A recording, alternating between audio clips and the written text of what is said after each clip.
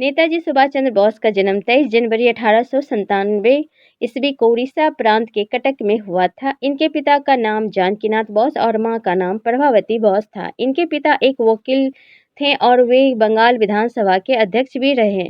नेताजी अपने 14 भाई बहनों में से 9वें स्थान पर थे। उन्हें सबसे ज्यादा लगाव अपने भाई शरदचंद्र बोस से था। उनको बचपन से ही पढ़ने का बहुत शौक था। उन्होंने अपनी प्रारंभिक शिक्षा कटक के एक प्रतिष्ठित विद्यालय रेवे शॉक कॉलेजिस्ट स्कूल में की। मैट्रिक की परीक्षा उन्होंने कोलकाता के प्रेसिडेंसी कॉलेज से प्रथम श्रेणी में पास की। नेताजी सन 1915 ईस्वी में बीमार होने के बावजूद भी 12वीं की परीक्षा द्वितीय श्रेणी से पास किया। अंग्रेजी में उनके इतने अच्छे नंबर आए थे कि उनके परीक्षक को विवश होकर कहना पड़ा कि इतनी अच्छी अंग्रेजी मैं स्वयं भी नहीं लिख सकता। सुभाष चंद्र बोस ने सन 1916 में अपनी आगे की पढ़ाई के लिए कोलकाता के प्रेसिडेंसी कॉलेज में दाखिला लिया, जहां पर इनकी मुलाकात डॉक्टर सुरेश बाबू से हुई।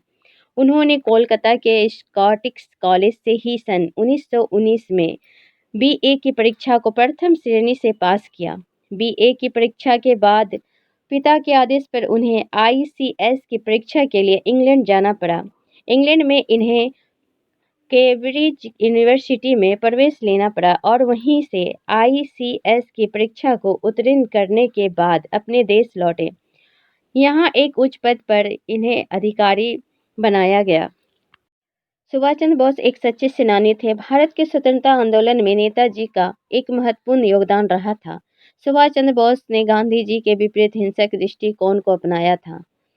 सुभाष चंद्र बोस ने स्वतंत्रता संग्राम के लिए क्रांतिकारी और हिंसक तरीके से वकालत की थी। उन्होंने भारतीय कांग्रेस से अलग होकर ऑल इंडिया फॉरवर्ड ब्लॉक की स्थापना भी की थी। अरविंद घोष और गांधी जी के जीवन से बहुत अधिक प्रभावित थे। सन 1920 ईस्वी में गांधी जी ने असहयोग आंदोलन चलाया था, जिसमें बहुत से लोग काम छोड़कर भाग ले रहे थे। इस आंदोलन की वजह से लोगों में बहुत उत्साह था। सुभाष चंद्र बोस ने अपनी नौकरी छोड़कर इस आंदोलन में भाग लेने का दृढ़ निश्चय किया। सन 1920 ईस्वी के नागपुर अधिवेशन ने उन्हें बहुत प्रभावित किया। 20 जुलाई 1921 में सुभाष चंद्र बोस गांधी जी से पहली बार मिले। सुभाष चंद्र बोस को नेताजी का नाम गांधी जी ने ही दिया था। गांधी जी उस समय स्वतंत्रता आंदोलन का नेतृत्व कर रहे थे, जिसमें लोग बहुत ही बढ़ चढ़कर भाग ले रहे थे, क्योंकि बंगाल में असहयोग आंदोलन का नेतृत्व दास बाबू कर रहे थे। इसलिए गांधी जी ने बोस को कोलकाता जाकर दास बाबू से मिलने की सलाह दी। सुभाष चंद्र बोस कोलकाता में असहयोग आंदोलन में दास बाबू के सहभागी बन गए।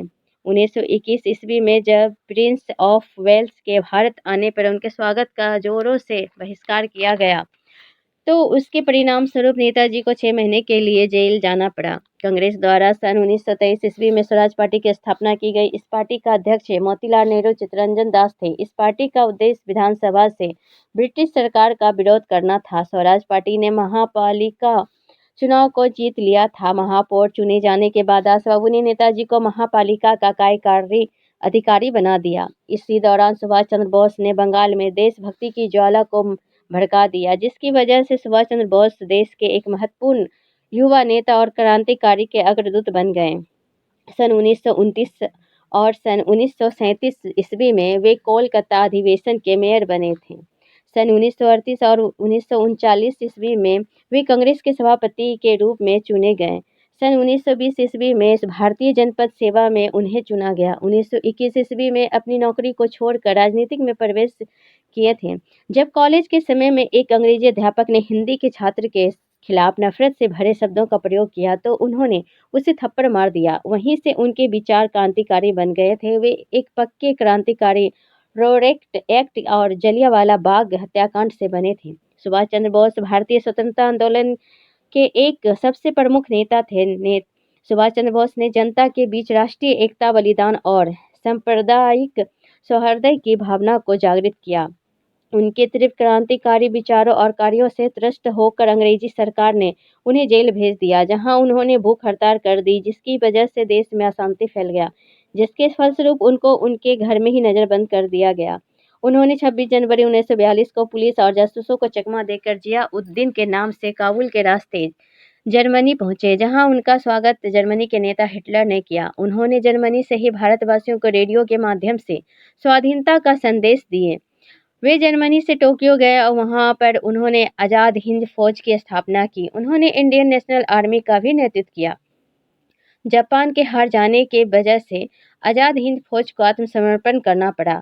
जब नेताजी विमान से बैंकॉक से टोक्यो जा रहे थे तो रास्ते में विमान में आग लग जाने के कारण उनका मृत्यु हो गई, लेकिन नेताजी के शव या कोई चिन्ह अभी तक नहीं मिला।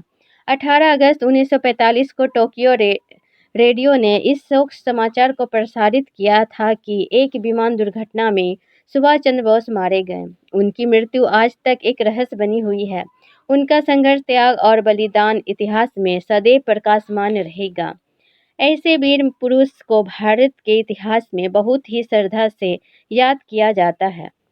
सुभाष चंद्र बोस की याद में हर साल 23 जनवरी को देश प्रेम दिवस के रूप में मनाया जाता है। सभी जिला प्रशासन और स्थानीय निकायों में भी इस दिन को मनाया जाता है। बहुत से गैर सरकारी संगठनों द्वारा इस दिन रक्त शिविरों का आयोजन किया जाता है। इस दिन स्कूलों और कॉलेजों में विभिन्न गतिविधियों आयोजित की जाती है।